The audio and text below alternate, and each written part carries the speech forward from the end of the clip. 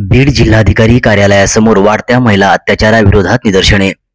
देशातील कलकत्ता, बदलापूर, पुणे, अकोला, कर्नाटक, उन्नाव, कटाऊ येथील महिला अत्याचार घटनेसंदर्भात बीड जिल्हाधिकारी कार्यालयासमोर गुरुवार दिनांक 22 ऑगस्ट रोजी दुपारी 12:30 वाजता जाहीर निदर्शने करण्यात आली।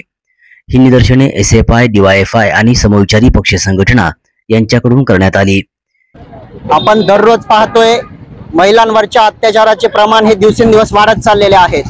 नुकतीच कोलकातामधली घटना घडली होती, त्या पाठोपाठ महाराष्ट्राच्या बदलापूरमधून एक घटना समोर येते, अशीच घटना अकोल्यातून येते, अशीच घटना पुणेमधून येते।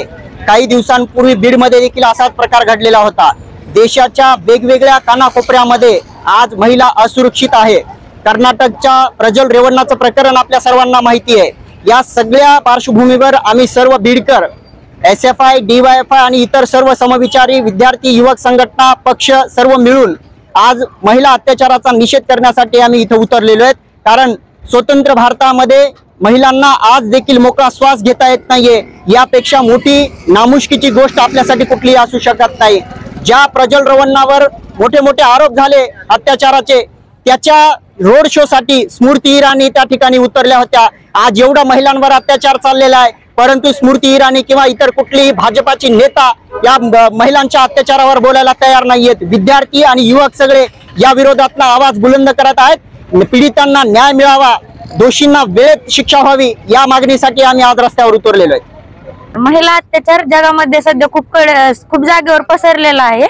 महिला अत्याचार अशा ठिकाणी होत आहे जिथे की म्हणजे आपल्या जगात लाडकी बहीण योजना ही राबवली जाते, इथं जर बहिणीलाच सुरक्षा नाहीये तर त्या लाडक्या बहीण योजनेचं करायचंय काय मुलींनी? हा प्रश्न मला सरकारला विचारायचा आहे। मेन म्हणलं तर पहिली गोष्ट, जिल्हाधिकारी यांना दिलेल्या निवेदनात आंदोलनकर्त्यांनी म्हटलं आहे की भाजप सरकारच्या काळामध्ये महिलांवर अत्याचार वाढले असून त्यांचे जगणे कठीण झाले आहे।